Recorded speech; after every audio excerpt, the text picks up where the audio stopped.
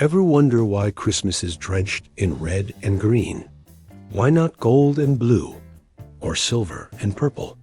Well, believe it or not, these colors didn't just fall from the sky or from Santa's sleigh.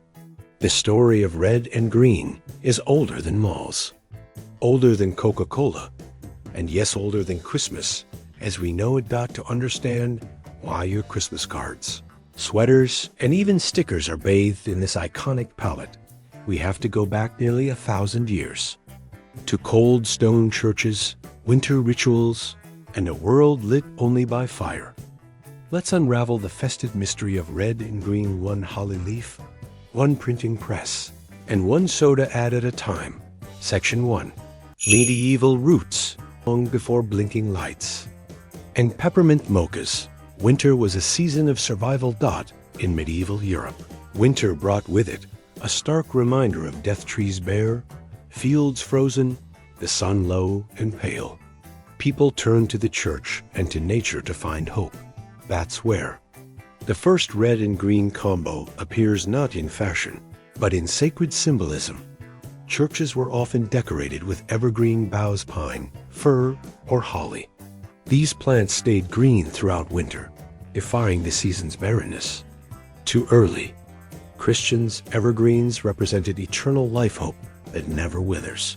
But it was holly, in particular, that became iconic. Its deep green leaves and bright red berries held a double meaning. The leaves, sharp like thorns, reminded worshippers of Christ's crown. The red berries, a symbol of the blood he shed. By the 14th century, churchgoers were already linking red and green with Christmas time. Winter solstice feasts held in December, long before Jesus' birthday was standardized, were dressed in garlands of holly and ivy. Carols like "The Holly and the Ivy," which dates back to at least the 1600s, reflect this deep-rooted tradition. So the red and green you see today, it's not new, it's ancient, and it was sacred. Section 2. Victorian aesthetics. Forward to the 1800s. The Industrial Revolution is changing everything from how people live to how they celebrate. And with it comes a new kind of Christmas, one made for middle-class families, home decor, and sentimental traditions. Enter Queen Victoria and Prince Albert. In 1848, the Illustrated London News published an engraving of the royal family gathered around a lavishly decorated Christmas tree, a German custom brought by Albert. That image went viral Victorian style. It was reprinted, copied, and adored on both sides of the Atlantic. But here's the twist. That tree was dripping in red and green ornaments. Why? Because Victorian decorators, illustrators, and advertisers embraced the medieval symbolism and then stylized it. Red ribbons, green garlands, holly, mistletoe, and berries became mass-produced decoration items. They appeared in greeting cards, wrapping paper, and hand-tinted lithographs. It was also during this time that chromolithography, an early form of color printing, became wildly popular. And what were the easiest, most vivid inks to print with? You guessed it, bright red and deep green. Those colors didn't just symbolize the season, they popped. On paper, they sold products. And they trained people to see Christmas when they saw those hues. So while the meaning came from religion, the mass recognition came from Victorian art and marketing. Section 3. The Coca-Cola myth. Talk about Santa Claus and bust a myth while we're at it. You've probably heard it. Coca-Cola invented Santa's red suit. It's catchy. It's false.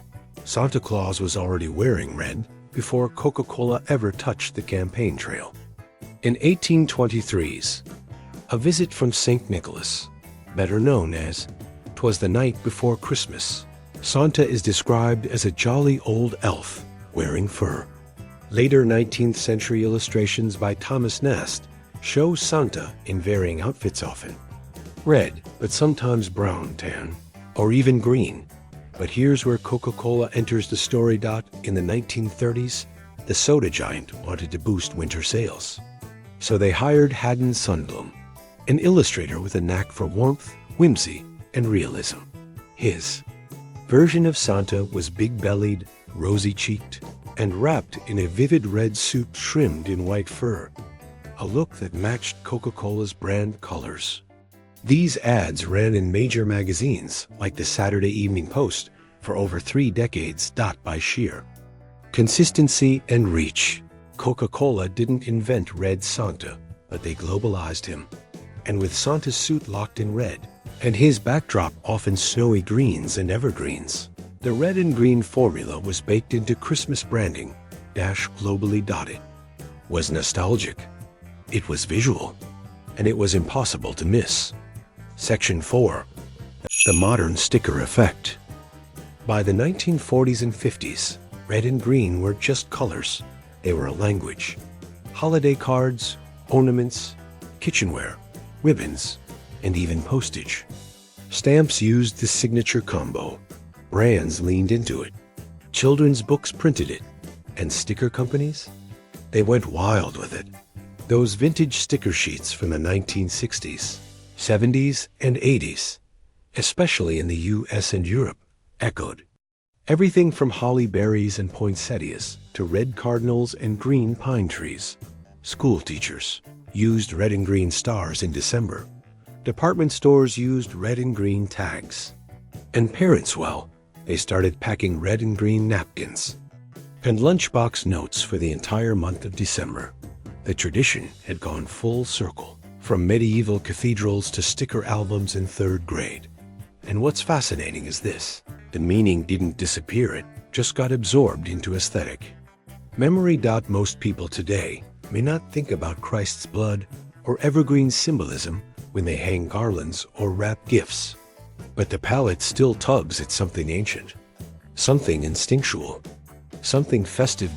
So next time you peel off a little red and green sticker, hang up a wreath, or sip cocoa from a striped mug, remember, you're participating in a tradition that's over 800 years old. You're echoing the rituals of medieval worshippers, the artistry of Victorian designers, and the branding genius of 20th century advertisers. Red and green aren't just colors. They're a visual time machine, a shortcut to emotion, a tradition printed in ink, memory, and holiday magic. That's why red and green became the colors of Christmas. And now, they'll likely never leave.